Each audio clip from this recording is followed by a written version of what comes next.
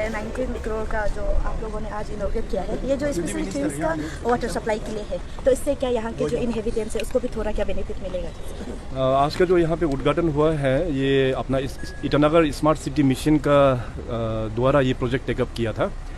यहाँ में क्योंकि पहले मेडिकल कॉलेज नहीं था, अभी मेडिकल कॉलेज होने का बाद में यहाँ ट्रिम्स कॉम्प्लेक्स में पॉपुलेशन भी काफ़ी बढ़ गया है, क्योंकि यहाँ पे पेशेंट्स करीबन 700 बेडेड का कैपेसिटी है और आउटडोर जो पेशेंट जो आते हैं करीबन 1000 का आसपास है। फिर इसके अलावा यहाँ का स्टूडेंट्स है, फैकल्टी मेंबर्स है, स्टाफ्स है। तो इसको देखते हुए यहाँ का जो पानी का जो शॉर्टेज काफ़ी हो रहा था। पहले में इसका जो वाटर सप्लाई जो था दिन में करीबन 2 लाख लीटर्स का था, उससे काफ़ी शॉर्टेज हो रहा था। तो इसको बढ़ाने के लिए ट्रिम्स का ओर से काफ़ी सरकार को रिक्वेस्ट किया गया, तो इमीडिएटली हम लोग ने स्मार्ट सिटी मिशन के अंतर्गत में ये प्रोजेक्ट को लिया है। करीबन 2 साल के अंतर्गत में ही इस प्रोजेक्ट का कंप्लीशन होके आज इसका उद्घाटन हुआ है। इसका जो कैपेसिटी है 1.9 MLD, तो 1.9 MLD लेमेंस टर्म में बोलने से करीबन 19 लाख लीटर्स वो पर डे का सप्लाई का कैपेसिटी है। तो ये काफ़ी फ्यूचरिस्टिक एक प्रोजेक्ट बनाया, ये एक्सक्लूसिवली डेडिकेटेड टू ट्रिम्स के लिए ही बनाया गया है। तो आने वाला दिनों में ट्रिम्स का पॉपुलेशन भी बढ़ेगा और यहाँ पे एक पोर्टेबल वाटर ड्रिंकिंग, जो clean and safe water drinking का प्रोजेक्ट यहाँ पे उद्घाटन हुआ है। जनरल पब्लिक के लिए भी इसका इनडायरेक्ट बेनिफिट मिलेगा, क्योंकि पहले जो वाटर सप्लाई यहाँ जो जाता था वो डाइवर्ट होकर फिर जनरल पब्लिक का डोमेन में चले जाएंगे। तो वैसे यहाँ पे उतना शायद इशू नहीं है नाहरलगुन एरिया में वाटर सप्लाई का। इशू है तो थोड़ा सा ईटानगर में इशू है वाटर सप्लाई का, उसको हम लोग एक बड़ा प्रोजेक्ट बना के इसको हम लोग इम्प्लीमेंट करेंगे, ये भी सरकार ने निर्णय लिया हुआ है। जैसे कि स्मार्ट सिटी का प्रोजेक्ट का आपने अभी मेंशन किया, काफ़ी बार ऐसा दिखाई देता है जो स्मार्ट सिटी प्रोजेक्ट में जो व्हीकल आता है अभी भी उसका इतना अच्छा से इस्तेमाल नहीं हो रहा है। काफ़ी न्यूज़ बना है अरुण भूमि की टीम ने, तो उसका ऊपर आपका क्या कहना है सर? आप शायद अर्बन लोकल बॉडीज़ का ऊपर में बोल रहा होगा। ये अर्बन लोकल बॉडीज़ जो है यहाँ का अपना सेपरेट एक एंटिटी है। यहाँ पे जो कॉरपोरेशन है, ईटानगर कॉरपोरेशन, म्यूनिसिपल कॉरपोरेशन है, ये सब्जेक्ट उसका अंदर में आता है। तो डेफिनेटली हमारा जो मेयर साहब, डिप्टी मेयर और कॉर्पोरेटर्स लोग जो है, क्योंकि क्लीनलीनेस जो है वो फर्स्ट प्रायोरिटी ही है, तो डेफिनेटली अगर कुछ कमियां होगा तो डेफिनेटली वो जो कॉर्पोरेशन उसको जरूर देखेंगे। अच्छा, सर ईटानगर में जैसे सर दिन ब दिन पॉपुलेशन बढ़ते जा रहा है और जिस तरह से पॉपुलेशन बढ़ रहा है सर, पानी का कंजम्पशन भी बढ़ रहा है सर। तो लेकिन जो सर ग्राउंड लेवल में जो काम करता है 25-30 साल से बहुत लोग हैं जो सर जो वाटर ट्रीटमेंट प्लांट में काम करता है, जो अभी भी रेगुलर नहीं है सर, जो मतलब अभी अपना एज लगभग खत्म होने वाला है। तो सर गवर्नमेंट जो ग्राउंड लेवल में जो काम करता है, जेई का तो पोस्ट निकलता है लेकिन जो ग्राउंड लेवल में जो नीचे काम कर रहा है उसके लिए क्या कर रहे हैं सर? इसमें जितने भी जो डिपार्टमेंट की ओर से लास्ट टाइम PHE डिपार्टमेंट ने शायद मूव किया होगा, उसका शायद अंडर एग्जामिनेशन होगा। तो हर एक डिपार्टमेंट का अपना एक रिक्रूटमेंट रूल्स भी होता है, उस रूल्स का अंतर्गत में जो भी क्वालिफाई होता है तो डेफिनेटली उसका रेगुलराइज भी किया जाएगा।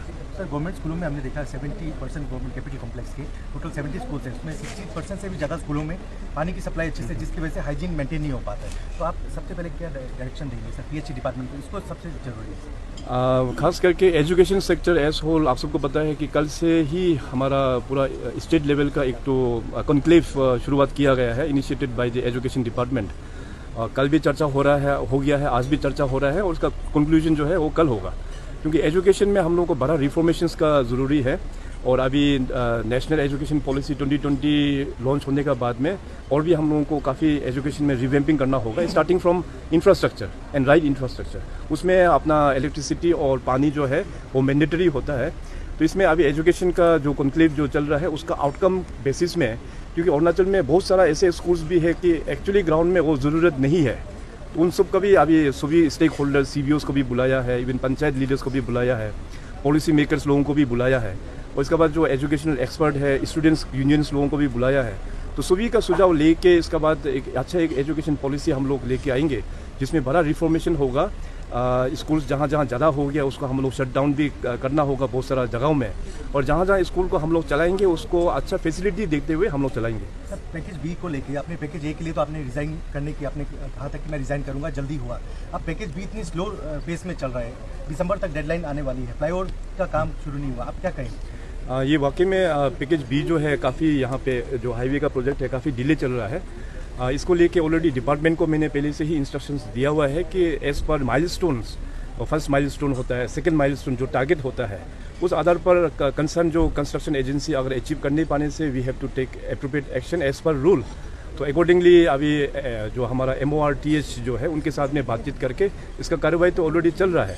लेकिन शायद बीच में कॉन्ट्रैक्टर का भी ये कहना था कि बारिश के कारण से यहाँ पे काम हो नहीं पा रहा है, तो शायद वो डिपार्टमेंट की ओर से हमें अपडेट किया गया है कि रात को भी अभी काम चल रहा है। इसलिए मैंने यहाँ के जो अपना जनप्रतिनिधि है, यहाँ के स्थानीय एमएलए तेची कासो साहब और यहाँ के मेयर साहब, दोनों को भी मैंने रिक्वेस्ट किया हुआ है कि आप लोग भी अपना लेवल से थोड़ा कॉन्ट्रैक्टर का साथ में बैठ के इस प्रोजेक्ट को आगे पुश करना है। तो पूरे अरुणाचल में एक डिवीजन चल रही है कि और एक डिस्ट्रिक्ट बेस्ड एंटरप्रेन्योरशिप एक्ट को लेके अभी अंशु ने बंद कॉल भी किया है, उन्होंने बंद की घोषणा की है अंशु ने। तो आप ये क्या कहेंगे, इसके लिए काफ़ी अलग अलग ओपिनियन आ रहे हैं कि डिस्ट्रिक्ट बेस्ड एंटरप्रेन्योरशिप एक्ट को रिपील किया जाए या नहीं किया जाए, आप क्या कहेंगे? पहला तो ये अंशु बंद कॉल के बारे में जो भी पॉइंट दिया था उसमें आई थिंक लगभग सारा चीज़ हम लोग ऑलरेडी रिजोल्व कर चुका है। एंड होपफुली अंशु में भी जो लोग हैं अपना स्टेट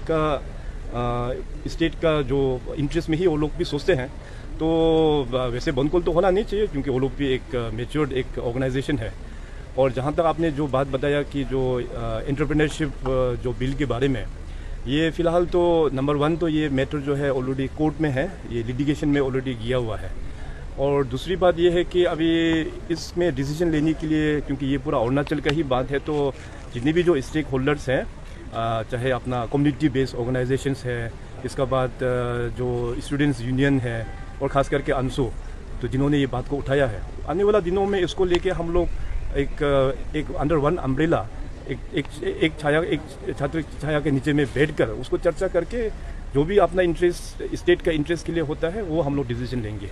अच्छा सर, ये मनु भाकर जी को अभी रिसेंटली ब्रॉन्ज मिला सर, और नीरज चोपड़ा ने कल ही उनको सिल्वर मिला सर, उसको लेके आप अरुणाचल गवर्नमेंट की तरफ से क्या एक मैसेज या कॉन्ग्रेचुलेशन देना चाहेंगे? बिल्कुल, अभी खेल जगत में अपना देश जो है काफ़ी अच्छा अचीवमेंट कर रहा है। मैं एक्चुअली जो अचीवमेंट जो हो रहा है इसमें सरकार का भी काफ़ी अच्छा पॉलिसी, भारत सरकार का पॉलिसी का कारण से लोगों को अपना खास करके खिलाड़ी लोगों को जो सपोर्ट मिल रहा है उसको ये दर्शाता है। लास्ट 2-3 ओलंपिक्स में भी हम लोग ने देखा कि अपना मेडल विनिंग का जो कैपेसिटी है ओलंपिक्स में हो या एशियन गेम्स में हो, वो काफ़ी अच्छा बढ़ रहा है। तो जितने भी जो खिलाड़ी अभी तक में जो अपना देश के लिए मेडल मिला है, मैं अपने राज्य की जनता की ओर से बहुत बहुत बधाई देता हूँ। Thank you sir.